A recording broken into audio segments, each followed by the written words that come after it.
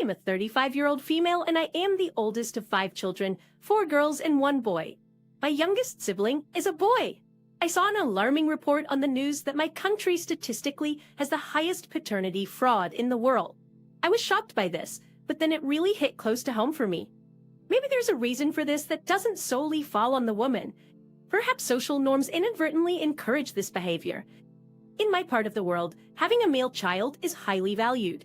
It is customary for a wife's worth to significantly improve when she gives birth to a son. They believe that a man without a male heir does not have a lineage or a future because he has no one to carry on his name. When my mother got pregnant for the first time, both she and my dad wanted a boy. According to my mother, my father was obsessed with the idea of having a firstborn son. Indeed, to make my father happy, it was only natural for her to want a male child badly. It became a common desire between them. However, when my mother gave birth, it was a girl, me. The year was 1985. When my dad came to my mother's labor room at the hospital, they say the first thing he said was, "We will try again." All was not lost. But instead of investing his energy in taking care of me, my dad focused on taking herbal drugs that would enhance the possibility of having a male child. 2 years later, my mom had another child, a girl.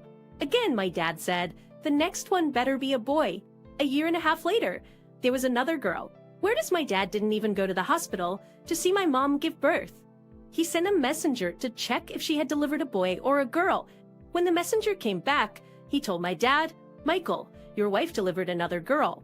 That day, my dad went to the ER and got drunk until he couldn't find his way back home. It took strangers to help him walk home.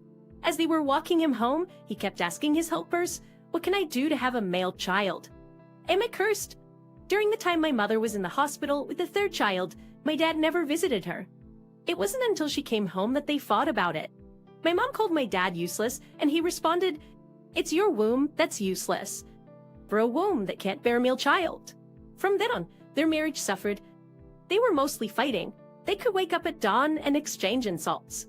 Then my mother got pregnant again. The pregnancy brought them newfound happiness. They teamed up again, doing everything to ensure that the child came out as a boy. My mom gave birth to another girl, 4 straight sets of girls. I was a little girl growing up and witnessed some of the banter my parents exchanged. I have a dim memory of times when my mom would carry my sister in her arms while exchanging angry words with my dad. My mom decided enough was enough and was done with giving birth. But somehow she got pregnant again. It was that pregnancy my dad never bothered about because he knew for sure that it was going to be another girl. He didn't want to be emotionally invested and be disappointed in the end, so he stayed out of it and watched from behind the scenes. When my mom delivered, he was at his fitting shop when the news got to him. This time, it was a boy. Word is that he dropped everything he was doing and ran to the hospital where my mom was. He was in his dirty working gear, so he wasn't allowed to enter. He ran back home, changed into something clean, and went back to the hospital. For the first time, my dad went to the cot, lifted the baby up, looked into his eyes, and said, "This is what I've been waiting for. God, thank you for not shaming me in the midst of my enemies. Dad has a boy. Mom had her guys." That's how things were in the house. Everything that concerned the girls, Dad didn't care. He only cared for the needs of the boy. While we went to a regular school, Dad sent the boy to an international school. When we were getting bullied and getting sacked for owing school fees, our brother was always in school feeling comfortable. When he started speaking English, and we couldn't, my father boasted, "You see the importance of having a male child. Which of the girls can speak English as he does?" It was like that until we grew up. I've completed university and now working. My other sisters are also working after completing universities. Mom took care of us with the little she had. When she didn't have money, she sold what she had to ensure that we never lacked.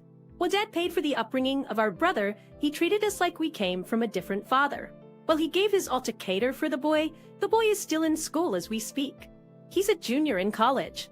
Things are not as they used to be for our dad. It is us, the girls, who are combining resources to take care of our younger brother.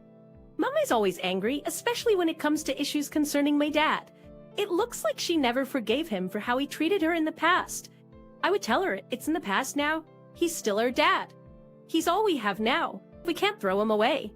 Mom lives with me and my husband. She babysits for us while we are at work. Recently, a man in our hometown died. He was a retired policeman. I remember that man very well while growing up. Whenever we did something bad, Mom would use this man to scare us. She would say, if you don't behave well, I will call Adam, the policeman, to come and catch you. The man's name was Adam. That's all I remember about him and his relationship with my mom. The day my mom received the news of his death, she cried like a baby. The whole day she didn't eat. I thought she was sick or getting sick, but she kept telling me, I am all right. I'm very fine. My husband said, maybe she misses her husband.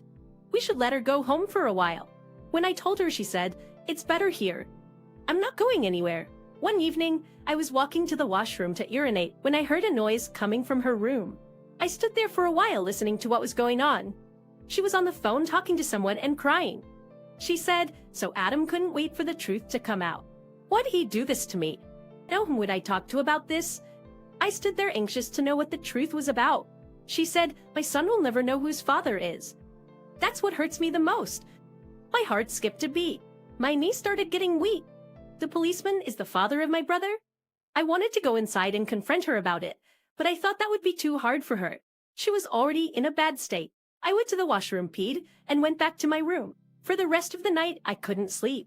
I went back to the memories of my childhood days, trying to remember just one instance when my mom did something to suggest that she was friends with that policeman.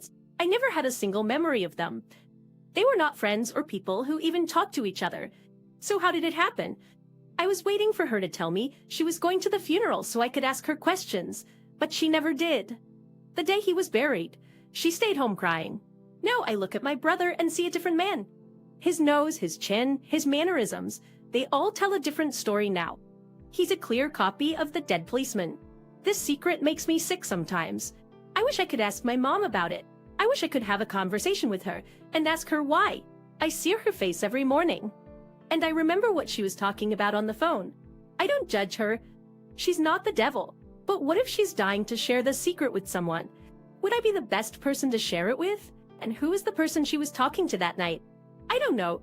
Whoever he or she is, I salute him or her for being such a fortress where a secret can be kept for 20 years without anyone getting a hint of it. If there is a replica of him or her, I would love to have him or her as a friend. Hey, my dad, what he doesn't know wouldn't kill him. I wouldn't say he deserved it, but whatever the case may be, my mom gave him his heart's desire. I don't judge my mom, so I wouldn't judge him too.